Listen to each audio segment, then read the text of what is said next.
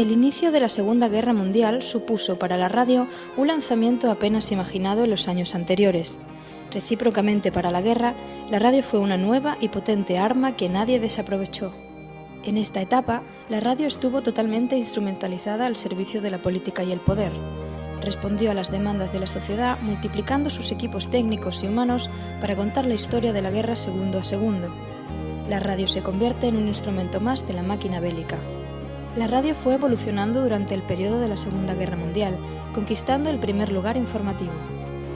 Se crean auténticos departamentos de noticias con funcionamiento basado en las propias condiciones del medio.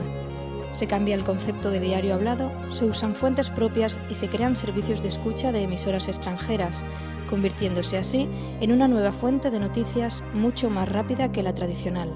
La comunicación sonora se asienta en la vida cotidiana. El número de receptores de radio se redujo debido a la destrucción de la guerra. El medio radiofónico aproxima a los oyentes con los protagonistas de las noticias. La radio especializa su contenido. Hay un incremento de las noticias, los dramas y las variedades. El sector de atención preferente fue la información internacional y todo lo referido a la guerra y sus repercusiones. Como avances técnicos, nacen el magnetoscopio, de mayor calidad que el disco blando, pero que no se descubre hasta una vez acabada la guerra.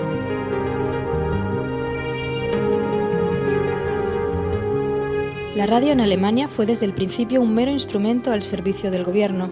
Durante la Segunda Guerra Mundial fue de dominio nazi. Joseph Goebbels luchó incansablemente por un ministerio de propaganda y lo consiguió, asumiendo además su dirección. Aprovechando la hora que todas las emisoras debían poner a la disposición del gobierno, emitió por todo el país La Hora de la Nación, primer producto radiofónico propagandístico del Tercer Reich. En junio de 1933, todas las sociedades radiofónicas y emisoras dependientes del Ministerio del Interior pasan al Ministerio de Propaganda. Con una audiencia potencial de más de 15 millones de personas, el nacionalsocialismo podía imponer lo que debía ser emitido, cómo, cuándo y dónde debía emitirse. La radio alemana era el mejor instrumento de la política, un arma poderosísima no solo para el adoctrinamiento del país, sino también para la guerra más allá de las fronteras propias. La política no era una parte de la programación, sino su punto de partida. Paralelamente al desarrollo de los contenidos propagandísticos, se fue limitando el número y naturaleza de los espacios de entretenimiento, convirtiéndolos en sí en una exaltación del nacionalismo. El 1 de septiembre de 1939, el Ministerio de Propaganda prohibió formalmente a todo el país la escucha de cualquier emisora extranjera. Durante la guerra, el caudal propagandístico fue cada vez mayor, más controlado y más homogéneo para un oyente progresivamente masificado. El 9 de junio de 1940 comenzó a emitirse un programa común a toda la radiodifusión alemana. Las organizaciones nacionales de los países que iban conquistando las tropas del Reich se sometían rápidamente a control nazi y pasaban a ampliar la cadena del Ministerio de Propaganda. Los objetivos eran difundir los ideales nacionalsocialistas en el país ocupado, realizar emisiones propagandísticas para la población de cada país concreto y transmitir servicios para el extranjero desde puntos más próximos al destino. De esta forma, al iniciarse 1943, Goebbels disponía en Alemania y zonas ocupadas de 107 emisoras de onda larga y media y 23 de onda corta, a través de las cuales se facilitaban diariamente 279 emisiones de noticias y propaganda en 53 idiomas. Además, en este mismo año, de máximo apogeo nazi, el número de receptores de radio había aumentado en un 100% y se llegó a una audiencia potencial de casi el 90% de la población.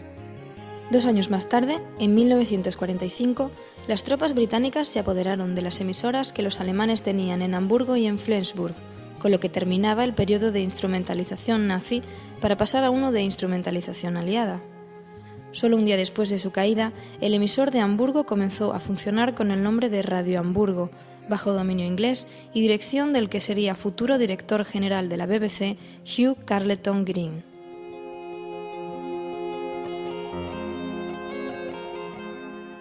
El origen de la radiodifusión inglesa se fija normalmente en 1922, con la puesta en marcha de la British Broadcasting Company, constituida por varias compañías comerciales que más tarde pasó a llamarse British Broadcasting Corporation, más conocida como BBC. Es el grupo mediático clave en Reino Unido, muy parecida a la radio alemana, con un tratamiento serio y una finalidad netamente cultural y de entretenimiento. Los valores de la BBC eran los de informar, educar y entretener, manteniendo su imparcialidad en política, en noticias y en asuntos de actualidad. Durante la Segunda Guerra Mundial, esta cadena se convirtió en la principal agencia de noticias del mundo, cubriendo de manera íntegra el conflicto y suministrando información a todas las televisiones y radios del mundo. La cadena introdujo novedades y creció de forma importante durante la contienda, en buena medida para asegurar la continuidad de su servicio principal. Así, lanzaron nuevas emisoras. La BBC alcanzó un prestigio que le valió para que las cadenas americanas pensaran en ella como corresponsal en Europa. Esto sirvió para que hubiera un flujo continuo de noticias entre Estados Unidos y Gran Bretaña.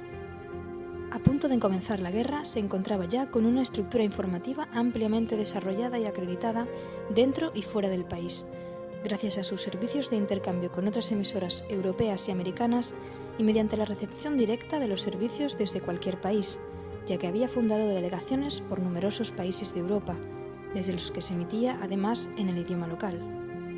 El 19 de diciembre de 1932 se inauguró el Empire Service. En un principio se dedicaba a facilitar información económica, política y cultural de las colonias y áreas importantes de la comunidad, y más tarde se convirtió en el primer servicio propagandístico de la radiodifusión inglesa. Entre sus colaboradores se encontraban Winston Churchill y H.G. Wells. En 1938, la BBC lanzó un amplio plan de servicios para el extranjero. El gobierno controlaba la información, así como los países a los que iría destinada y el número de horas que dedicarían a cada uno. En los 2 años posteriores se produjo un gran aumento de estos servicios. La guerra, una vez más, iba a forzar el desarrollo de la radio. En septiembre de 1939, la BBC había adquirido una sólida estructura interna y externa y un bien merecido prestigio. Esto le convertiría en los años siguientes en la primera emisora del mundo, tanto en contenido como en influencia sobre el propio país y sobre los países dominados por los alemanes. Los servicios nacionales constituyeron un canal para la dirección y el liderazgo de la nación. Era un centro de ideas y de información y el medio más accesible de entretenimiento para la mayoría de las personas. Por otro lado, los servicios exteriores se ampliaron hasta convertirse en un servicio mundial de radiodifusión, sin ningún rival en recursos técnicos, diversidad de programas y número de lenguas abarcadas. El primer programa específicamente bélico fue el Forces Program, que se emitió desde el 7 de enero de 1940 hasta el 26 de febrero de 1944. El Forces Program iba destinado sobre todo a los soldados que se encontraban en las trincheras. Su principal función era mantener alta la moral de los militares en combate. El programa era una mezcla de drama, comedia, música popular y, por supuesto, noticias. Cabe decir que, aun siendo emitido especialmente para los militares, tuvo una gran acogida entre los civiles. El programa más significativo fue V-Campaign, cuya finalidad era aportar las instrucciones necesarias para la buena moral de los oyentes como parte de una gran armada y dañar la del enemigo, facilitando además sugerencias para dificultar la economía de los alemanes en los países ocupados. Las acciones de la BBC durante la guerra fueron una suma de solidaridad, entendimiento y cooperación. Esto se ve reflejado en el hecho de que todas las noticias retransmitidas por más de 900 emisoras americanas y 700 del resto del mundo eran facilitadas por la BBC en sus servicios informativos.